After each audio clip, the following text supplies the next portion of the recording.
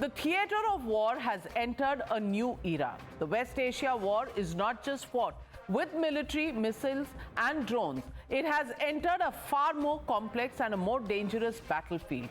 The era of financial warfare. It has threatened to attack 18 American tech giants, including Apple, Google and Microsoft in the Gulf region.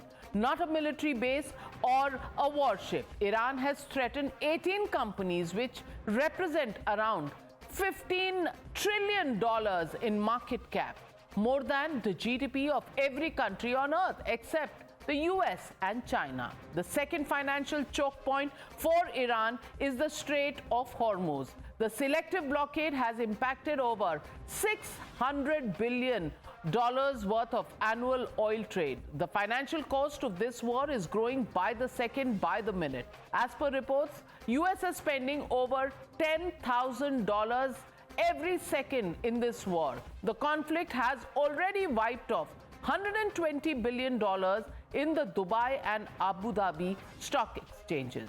These are not just numbers, they directly impact the livelihood of millions and can potentially bring financial turmoil to several economies. On his part, Trump has once again mocked Iran's legitimate target threat and claimed that Iran is begging for a ceasefire. However, he cannot ignore the over $1 trillion at stake. When Trump addresses the nation at 6:30 a.m. India time tomorrow, will he buckle and blink first? Watch the bravado. What did they threaten him with? PB guns? Or well, that's a they don't have much left to threaten. Tell me, how did they threaten him? Well, all I know is that they threatened him, sir. What does that mean? Fair enough. They said something nasty? You don't even know what the threat was. What was the threat? I haven't heard it. What was the threat? Did they say they're going to blow him up? They're going to hit him? They're not. You know what they're not going to do? They're not going to hit him with a nuclear weapon. You're watching the News Hour at 9. Debate number 2 on Times Now. Super Prime Time. Well, joining me on the debate with Dr. Anand Ranganathan is Abhijit Iyer Mitra, Senior Fellow at the IPCS, Professor Javad Rad, the Assistant Professor of Politics, University of Bonjour, Iran. Also joining the debate, Steve Gill, Republican leader, Dr. Zaki Zaidi, Middle East analyst and former IDSA researcher. My first question to Professor Javed Rad, Assistant Professor of Politics in Iran. I want to ask you, Professor, is Iran absolutely certain of making a hit for these companies, these American companies? Because we've seen this war now enter month 2. And if there's a choke point in the Straits of Hormuz, is this an economic choke point number 2 that Iran is targeting now? Question, and the short answer is yes, because Iran has been calibrating its response for like 5 decades till now. If you could remember the 12-day war, Iran didn't want to escalate too much. But today, the war, as Iranians in general view it, is a fight for survival. And since it's a fight for survival, they don't see it as a like they've tried in the past. So when the United States, and especially Israel, attack non-military sites, universities, power plants, so there is no choice other than going for a tit-for-tat style of war. And that's what's going to happen probably in the future. Well, Steve Gill, if Iran does that, where does that leave the world? Not just America, but the world. The theater of war has expanded beyond what was envisaged when this war began. And now it threatens not just countries, but businesses, jobs across the world. And that's the question. Who's going to blink first? Iran has shown its prowess way ahead of what Israel and America probably thought about. Where is this going to end? I don't think President Trump is going to be the one to blink. And as he pointed out in that brief clip you aired, what is their threat? Again, you're bringing up the attacks on commercial interest in the region. Iran's already been attacking the Dubai airport, civilian targets, hotels in the Middle East. Their Muslim neighbors, they've been trying to wage an economic war from the beginning of this, and they are now down to only a handful of missile strikes a day because their ability to attack has been degraded so dramatically. And I think you need to check the latest numbers coming from Hormuz. Malaysia now says they're flowing their tankers through without any interruption. You're seeing the flow of oil through the Hormuz Straits. And Iran is playing an even more dangerous game where their ability to attack is being degraded. All they can do is issue these sort of threats, as President Trump pointed out. What's their threat? Are they going to do a cyber attack? They don't have the capacity to launch major missile strikes anymore. So their threat is this sort of dying declaration. And I don't think President Trump is going to back off. We now have complete air superiority. Our planes are flying low over Tehran and other major cities with the ability to completely bomb this. And Trump's going to blink at all and has no reason to. Well, Trump is not going to blink. Iran is saying it's not going to back off. Anand Ranganathan, where are we headed? And do you agree with Steve Gill that Iran really doesn't have any missiles and cannot impose any danger? I'm afraid I completely don't, and I'm quite astonished by perhaps Steve thinks that the rest of the world doesn't get the internet and doesn't know what the reality is. If Iran, as President Trump says, has been obliterated, its capacity to launch missile attacks has been obliterated, it's decimated, it's gone, done, finito, war is over. Why is it that, according to American media reports, all 13 US bases are quote-unquote uninhabitable? Why is it that as late as 2 days ago, Iran launched missile attacks, ballistic missile attacks at the hub of Israeli nuclear establishment and towns? Why is it that still 95% of ships cannot cross through the Strait of Hormuz? This is the reality. Whatever you may say, whatever decimation has happened, the fact of the matter is they just didn't think it through. But then again, that's Trump. And let me just say this straight up. Trump will never lose. America will lose. Trump doesn't care. We will go to another war. It is Israel's reputation that has taken a hit.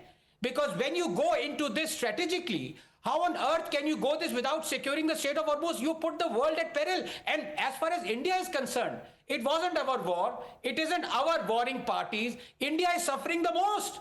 We have 10 million diaspora population there. We get billions in remittances. We take billions in exports out there. We have 60% of LPG coming through Hormuz. We have 50% of oil coming through. All that is in jeopardy because of what? Because unilaterally, without their NATO allies in sync with them, they decided to go to war. I'm sorry. Steve, that's a problem because the price is paying by the world at large, and you know, somebody's got to take stock of the situation. Who's it going to be? Well, first of all, I would encourage my colleague to not pay attention to U.S. media who is suffering from Trump derangement syndrome. Everything they say is wrong or a lie. And I have internet, but I also have math. The Iranians were firing about 350 missiles a day at the beginning. They are now flying 1 or 2 missiles at targets that aren't even getting through in most cases. So, yeah, I've got internet and I also have math. They have been degraded to the point that they can only do these kind of death throw attacks and threats. And what you're seeing is the Strait of Hormuz. Again, we have the details of what's actually happening in real time through the Straits of Hormuz. Millions of barrels of oil are flowing now through the strait, and Iran is in fact trying to seek a resolution that gives them the ability to save face. Keep in mind, you can't trust anything that Iran says. They said their missiles could only go 2,000 kilometers. Then they fired them 4,000. They said they weren't developing nuclear weapons, and then they admitted that they are and continue to. So if you're believing the Iranians rather than President Trump, you're making the same mistake of believing the U.S. media, the CNNs, the MSNBCs, and the New York Times. Well, President Trump has changed his statement several times, and you don't need the American media to decipher that for you. Everybody has seen it in real time. But Abhijit, if American tech companies are going to be on target, as Iran has stated, do you sense better sense is going to prevail, or are we just going to sit back and watch all this destruction around us? Navika, we should have known that this war entered the territory of the intractable wars the moment America decided after 30 days to send ground troops. That is when you know direction has been lost and an air campaign alone could not bring about the desired results out there. Understand, the oil, Steve is partially correct. There is oil flowing, but only that oil is flowing that Iran allows to flow as per bilateral agreements with Russia, China, India, and other friendly countries. Understand, they do not have to attack every single ship that passes the Straits of Hormuz. They just have to threaten. The existence of a threat itself means that insurance companies and the actuary sciences work based on risk, not based on actual attack. Lloyd's of London is still not covering insurance for any ship passing through the Straits of Hormuz. What does that tell you? Basically, America has entered this with a whole set of nebulous war aims. And remember, Navika, victory in war is a political concept. I think our friend from America is making the same mistake Richard McNamara made with Vietnam. All the statistics, the number of North Vietnamese killed, the number of Vietnamese air bases destroyed. The Vietnamese didn't have an air force. The North Vietnamese didn't have a navy. But who won that war? I think we're making a huge mistake out here if you're putting down victory to just numbers. Ultimately, this has entered guerrilla territory. All the guerrilla has to do, and I'm quoting Kissinger out here, who's I think Trump respects, all the guerrilla has to do to win the war is to stay alive. All the counterinsurgent has to do to lose the war is to fail to kill the guerrilla. Now, you fail to regime change Iran, you've lost the war. End of story. Well, Steve, do you want to respond to that? Yeah, a regime change was not the three issues that President Trump raised. Taking away their nuclear development capability, which seems to have been accomplished. He literally said it on day one, regime change. He said no, regime change. he did not. That's what people said he was seeking. What he said were very clear, and the Secretary of War and the Secretary of State have said, take away their ability to develop nuclear weapons, take away their development of these ballistic missiles that they're using to attack their neighbors, and third, take away their funding of the terrorists that they've been funding for decades. Regime change is a natural result if you achieve those things, but that was never one of the three priorities of President Trump when we entered this conflict. And it was clearly stated and has been repeated. Well, the goalposts keep changing, but let me ask Dr. Zaidi. Dr. Zaidi, do you think Iran will follow through with the attack on American big tech? Because the economic cost of this war is not just on America. It is on the Gulf countries, on the Middle Eastern countries. It is on countries like ours here, and most of these countries have nothing to do with the war. It's not a war of their choice. This war has been imposed on them, but they're bearing the brunt of it. Where do you think this is going to go? Because the goalposts have changed so many times, I've lost count. Where are we headed now? Are we seeing an end to this war anytime soon, or boots on the ground? Even can they achieve anything?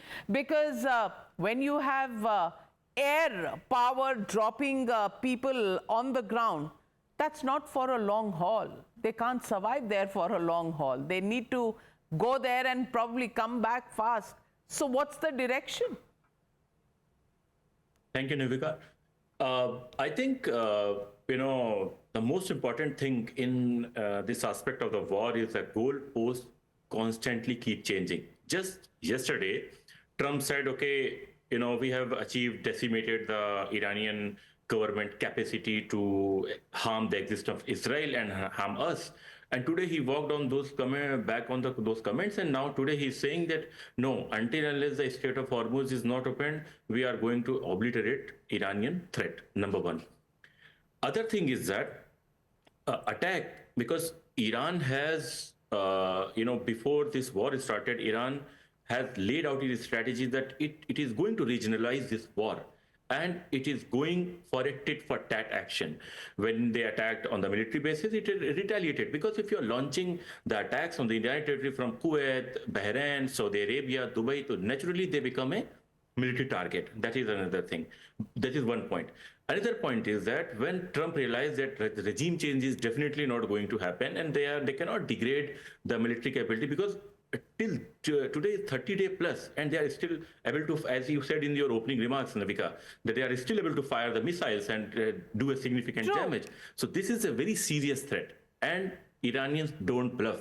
They shoot. Well, Iranians don't bluff, Anand Ranganathan. No, look, the reality is in front of us. It's not for us to say which media is biased, whichever. We are seeing, as they say, the proof of the pudding is eating. As far as my good friend Steve is concerned, yes, it's all very well for him to stay in Trump Towers and read maths from Trump University. No one's blaming him for that.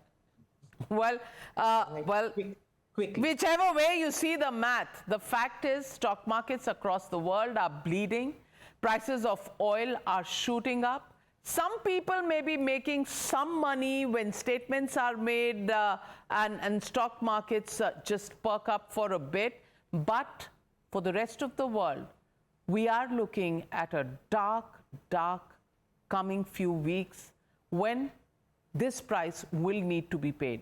Hardships, jobs, prices of oils, and growth trajectories being affected that is something that will be the fallout of this war. How much? Who will pay? Well, every day is a new day of bringing out the calculators and looking at your losses. In the meanwhile, can we just hope better sense prevails and we go back to peace, having achieved whatever objectives were set out to be achieved? We leave it at that. Thank you very much, gentlemen, for joining me on the Newshour tonight. Thank you, viewers, for being with me. Good night, be safe. I'll be back tomorrow.